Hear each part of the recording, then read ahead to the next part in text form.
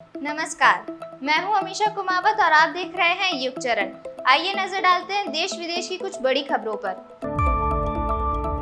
Train accident रोकने वाले system की जोधपुर में होगी पढ़ाई, रेलवे उठाएगी इस कोर्स का खर्चा। जोधपुर में रेलवे की कवच सुरक्षा प्रणाली पर अध्ययन को लेकर एक महत्वपूर्ण पहल की गई। इसके लिए Indian railway institute of signal engineering and telecommunication Secunderabad और मंगनी राम बांगड़ मेमोरियल यूनिवर्सिटी जोधपुर के बीच एक समझौता ज्ञापन पर हस्ताक्षर किए गए। इस समझौते के अनुसार इंजीनियरिंग के छात्र इस कवच सिस्टम की पढ़ाई अपने कोर्स के साथ कर सकेंगे।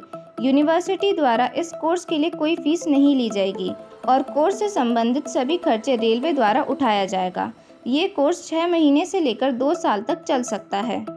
इस अवसर पर Indian railway institute of signal engineering and telecommunication के प्रधान कार्यकारी निर्देशक ललित कुमार मनसुखानी और एमबीएम यूनिवर्सिटी के कुलपति प्रोफेसर अजय कुमार शर्मा ने 5 साल के एमओयू पर हस्ताक्षर किए।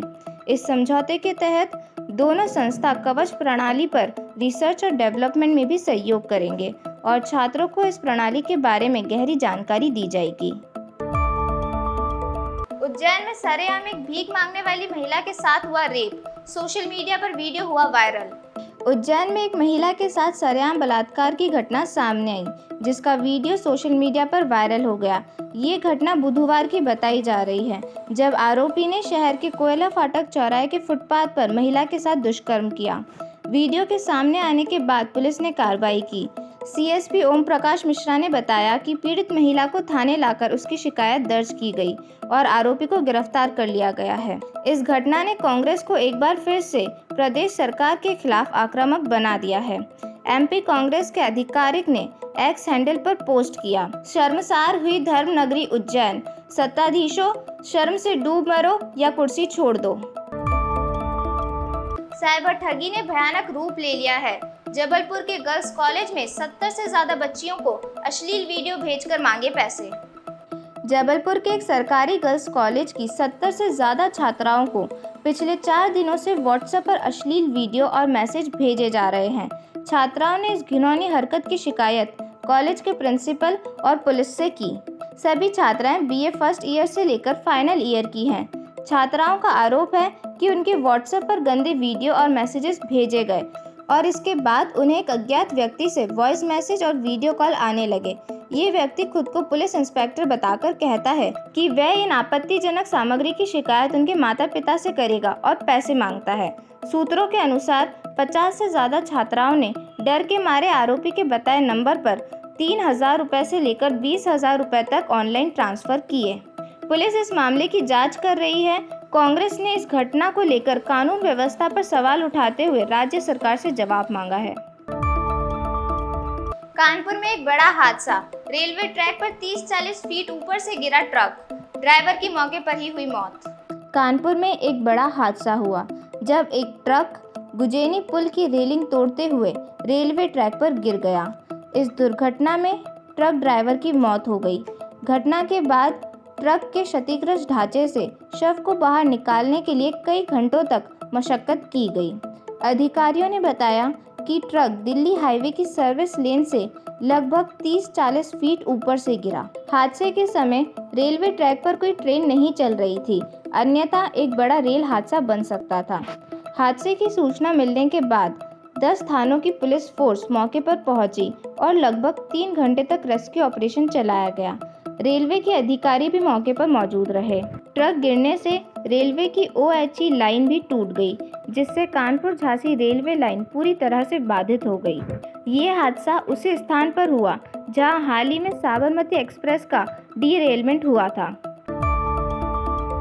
बांग्लादेश की अंतरिम सरकार के लीडर मोहम्मद यूनुस ने कहा, शेख हसीना को राजनीतिक बयान देने से रखना होगा परहेज।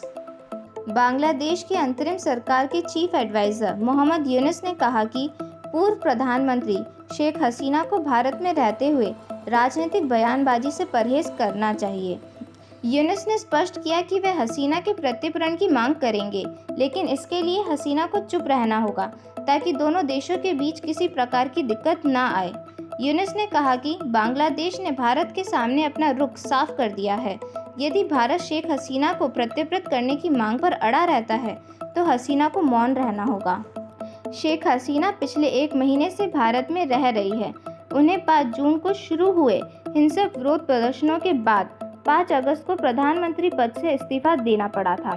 यूनुस का ये बयान 13 अगस्त को हसीना द्वारा दिए गए उस बयान की ओर इशारा करता है जिसमें उन्होंने बांग्लादेश में हुई हत्याओं और हिंसा को आतंकवादी घटना का करार देते हुए अपराधियों की पहचान और जांच की मांग की थी और उनके लिए न्याय की अपील की थी। भारतीय क्रिकेटर रविंद्र जडेजा भाजपा में हुए शामिल। उन्होंने कहा, मैं पार्टी के सिद्धांतों और कार्यों से बहुत प्रभावित हूँ। भारतीय क्रिकेट टीम के प्रमुख ऑलराउंडर रविंद्र जडेजा ने भारतीय जनता पार्टी की सदस्यता ग्रहण कर ली। जडेजा ने पार्टी में शामिल होने के अवसर पर कहा कि वे पार्टी के सिद्धांतों और कार्यों से प्रभावित हैं और राजनीति में अपने योगदान के लिए तत्पर हैं। रविंद्र जडेजा की पत्नी रिवावा जडेजा गुजरात के जामनगर से भाजपा विधायक है। जडेजा ने इस साल जून में T20 वर्ल्ड कप के बाद इस फॉर्मेट से संन्यास का ऐलान किया था और अब उन्होंने राजनीति में अपनी भूमिका की शुरुआत कर दी है। क्रिकेट के मैदान पर अपनी बेहतरीन खेल प्रतिभा के लिए प्रसिद्ध जडेजा ने चुनाव प्रचार में भी सक्रिय भूमिका निभाई है। वे अपनी पत्नी रिवावा के साथ कई बार चुनावी अभियान में भाग ले चुके हैं, जिसमें उन्होंने भाजपा के पक्ष में प्रचार किया। जडेजा ने रोड शो और अन्य प्रचार गतिविधियों में भी हिस्सा लिया था, जिससे उनकी राजनीतिक सक्रियता का संकेत मिलता है। अब भाजपा की सदस्यता लेकर उन्होंने अपनी राजनीतिक यात्रा की औपचारिक शुरुआत कर दी है। एक्ट्रेस आलिया भट्ट ने अपनी अपकमिंग फिल्म जिगरा के पोस्टर किए इंस्टाग्राम पर पोस्ट। लिखा, कहानी बहुत लंबी है और भाई के पास वक्त बहुत कम। एक्ट्रेस आलिया भट्ट ने इंस्टाग्राम पर अपनी अपकमिंग फिल्म जिगरा के 2 नए और इंटेंस पोस्टर्स साझा किए हैं। इन पोस्टर्स में फिल्म के पहले लुक में आलिया और उनके को-स्टार वेदांत रैना नजर आ रहे हैं। पहले पोस्टर में आलिया की पीठ पर बैकपैक है और उनके हाथ में हथौड़ा दिख रहा है, जबकि वेदांत बैकग्राउंड में उदास दिखाई दे रहे हैं। आलिया ने इस पोस्टर के कैप्शन में लिखा, तू मेरी प्रोटेक्शन में है। दूसरे पोस्टर के साथ उन्होंने लिखा, कहानी बहुत लंबी है और भाई के पास वक्त बहुत कम।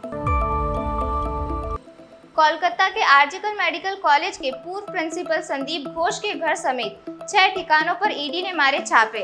कोलकाता के आरजीकर मेडिकल कॉलेज के पूर्व प्रिंसिपल संदीप घोष पर वित्तीय गड़बड़ियों का आरोप है। ईडी ने prevention of money laundering act के तहत मनी लॉन्ड्रिंग का केस दर्ज कर लिया है। शुक्रवार को ईडी ने घोष के घर समेत 6 ठिकानों पर छापा मारा। इस मामले की जांच सीबीआई भी कर रही है। कोलकाता हाईकोर्ट ने 13 अगस्त को सीबीआई को आरजीकर रेप हत्या केस और अस्पताल में वित्तीय गड़बड़ी की जांच सौंपी थी। घोष की सीबीआई जांच के खिलाफ दायर याचिका पर आज सुप्रीम कोर्ट में सुनवाई होगी।